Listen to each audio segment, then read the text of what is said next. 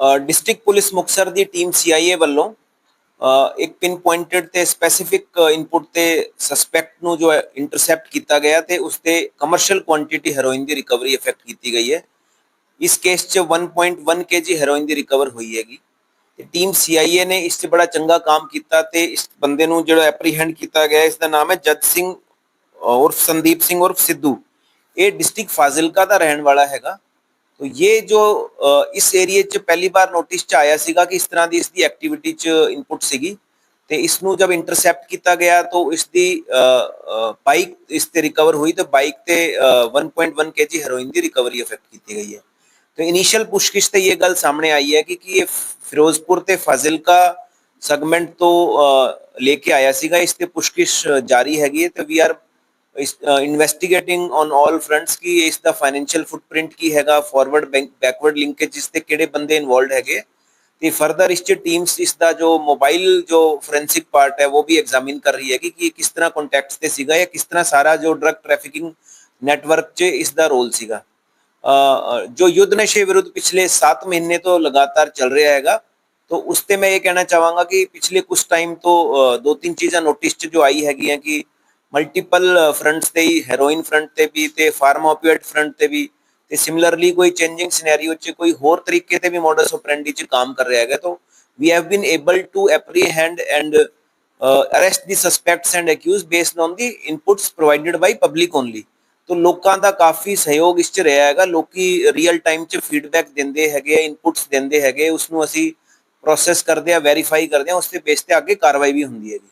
तो मैं तुहाडे राही ये भी गल कहना चाहांगा कि पब्लिक नू कोई भी इनपुट मिलती है तो उसना दी आइडेंटिटी है एनोनिमस रखी जाती है तो वो बिल्कुल एक सीक्रेट तरीके ते उन्हां दी पुलिस वेरीफाई करके अगला एक्शन प्लान करती हैगी। इस ते हाले जो इन्वेस्टिगेशन ते गल सामने आई है कि ये जो कुछ एंटिटीज ते फिरोजपुर ते फाजिलका ते लिंक सीगा तो उसके बारे तफ्तीश साडी चल रही हैगी है। तो पिछले कुछ टाइम च रीसेंट इसकी फ्रैश एक्टिविटी डिस्ट्रिक्ट मुक्तसर से तो सामने नहीं आई सी। तो जो पिछले 1 महीने 1.5 महीने ते जो पैटर्न चेंज होया हैगा, कुछ अलग डिस्ट्रिक्ट च नए बंदे आए हैगे या जो पब्लिक दे इनपुट्स आ रही हैगी वो असी लगातार उस च काम करते रहते हैं। ये कंसाइनमेंट किस तरीके ते और बैकवर्ड लिंक ते किधरों लेके आया see that is one part कि वो इंपॉर्टेंट है कि मेन सप्लायर कौन है जिसते लेके आया सी।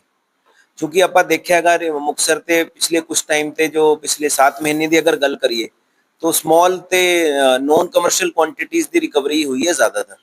तो रिसेंटली जो कमर्शियल क्वांटिटी की रिकवरी हुई है उसके 2 पार्ट है कि सीआईए टीम ने बड़ा एक इंटैलीजेंटली ते डिलीजेंटली काम किया है, डेवलप की है इन्फॉर्मेशन, उसनू प्रोसैस करके आगे काम किया है।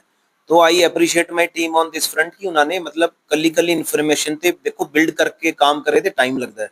तो उस फ्रंट से काफ़ी काम होया क्योंकि इन्होंने मेहनत की है। नंबर 2 की कुछ जो पैटर्न भी कुछ चेंज होया हैगा कि पहला जो डिस्ट्रिक्ट जो अलोंग इंटरनेशनल बॉर्डर जो मेनली इधर पास जो है फिरोजपुर फाजिलका उसके नाल हुण जो एडजॉइनिंग डिस्ट्रिक्ट च भी काफ़ी मूवमेंट जो है नोटिस च आ रही हैगी जिसके बेस ते ही फिर आगे कार्रवाई हो रही है। जिमें रिसेंटली इसी महीने की पिछले महीने की अगर गल करिए तो रिसेंटली एक 4 kg हेरोइन की रिकवरी हुई है, एक 800 ग्राम हेरोइन की रिकवरी हुई है। तो जो कमर्शियल क्वांटिटी की हेरोइन की रिकवरी का मतलब ये है कि पैटर्न थोड़ा सा चेंज होया है और उसी बेस पे फिर मुक्तसर पुलिस काम भी कर रही है और उसका एक्शन भी सामने फॉलोअप दिख रहा है। तो we are 100% committed for exemplary action against any smuggler और peddler who is indulging in drug trafficking और उसके आगे भी काम होगा। मैं लोगों को यही अपील करांगा कि एक तो जो पुलिस का एनफोर्समेंट काम हैगा एफआईआर रजिस्ट्रेशन करनी हैगी ते सबसीक्वेंट जो एक्यूज्ड हैगे लिंकेजेस है उन्हां दी अरेस्ट हैगी। But at the same time कि जो लोगों की विसिनिटी च कोई इस तरह के बंदे हैगे जो टर्मिनल कोई कंज्यूम करते हैगे रिसेंटली कोई शुरू होए हैगे उन्होंने लोकी एक समझा के काउंसलिंग करके डी एडिक्शन सेंटर्स ते ओट सेंटर्स दे उन्होंने भी प्रोफैशनल तरीके ते उन्होंने ट्रीटमेंट है या उन्होंने फॉलोअप करा सकते। तो उत्थे काफ़ी एक विंडो हैगी है जिवें डिस्ट्रिक्ट मुक्तसर च 19 ओट सेंटर्स हैगे ते 3 डी एडिक्शन सेंटर हैगे। तो जो prominent de addiction centre sub division station ते गिद्दड़बा मलोट ते मुक्तसर हैगे उत्थे मैं लोगों को कहना चाहांगा कि उन्हां दी सर्विसिज दा वो अपना प्रोफैशनल तरीके ते फॉलोअप करन ते अगे health department civil department police department उन्हां दी हैंड होल्डिंग करता भी हैगा ते आगे भी करूगा है ना। Thank you.